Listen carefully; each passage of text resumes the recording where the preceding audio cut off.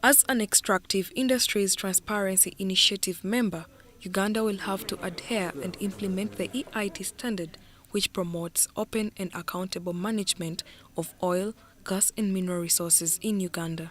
This decision will also unlock significant financing and opportunities for both local and international investment and participation. Let me mention the reasons we didn't join earlier is that we wanted to put the policy and legal framework in place to support the requirements for EITI.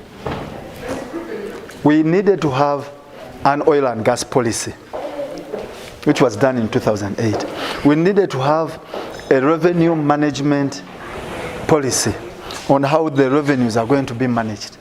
That was 2010, 2012. We needed to have the laws to be in place, proper laws to be in place.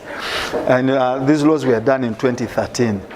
The oil and gas laws were put in place. We needed to have the national content policy in place. So we needed to have the Public Finance and Management Act in place. With all these, we are now sure that we can comply with the standards of EITI. A multi-stakeholder group was set up to oversee implementation and ensure it is aligned with national priorities. The implementation of EITI will help Uganda address the challenges in the oil, gas and mining sectors, build trust among sector stakeholders by facilitating honest and frank discussions on the problems and challenges within the sector. I have heard that story about gold particularly, that at times things don't go in accordance with what we really have planned and have put in place. But I cannot confirm it because nobody has given it to be in black and white. We think the laws are in place. The regulations are in place.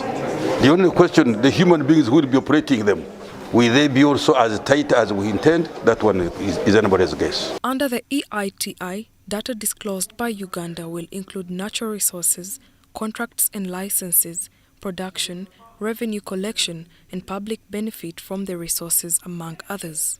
We have a multilateral framework for disclosure that whenever money is sent to one jurisdiction, that jurisdiction gives us immediately information on who the beneficiaries are and what those people have reported to be the purpose of that payment.